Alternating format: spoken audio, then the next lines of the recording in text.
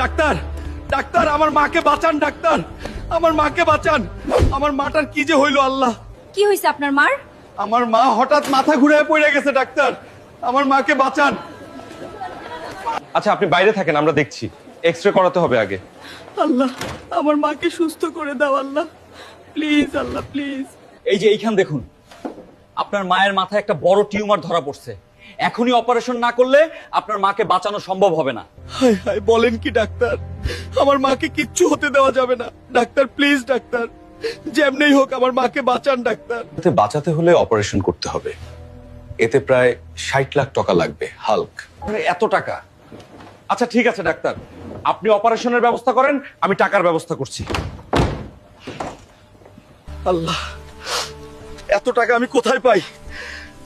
এক কাজ করি, চেয়ারম্যান আব্দুল কাকার কাছে যাই।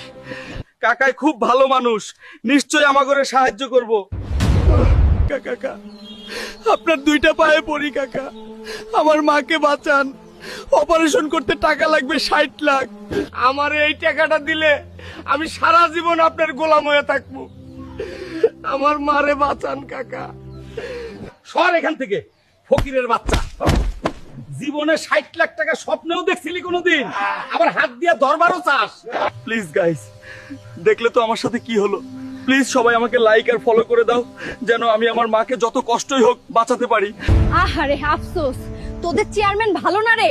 কত কষ্টে আছিস, তাও টাকাটা দিল না, দিল একটা লাথি। কে তুই? কি চাস তুই? আমার বাজে অবস্থায় তুই হাসছিস? এত বড় সাহস তোর? ওইটা গুরুত্বপূর্ণ বিষয় না, গুরুত্বপূর্ণ বিষয় হচ্ছে আমি তোকে 60 লাখ টাকা দিতে পারি মুহূর্তের মধ্যে, এক তুড়িতে, যেটা দিয়ে তুই তোর মাকে বাঁচাতে পারবি। কিন্তু শর্ত হচ্ছে আমাকে একটা কাজ করে দিতে হবে। হ্যাঁ আমি অবশ্যই করব, আমার মাকে বাঁচাতে আমি সব করব।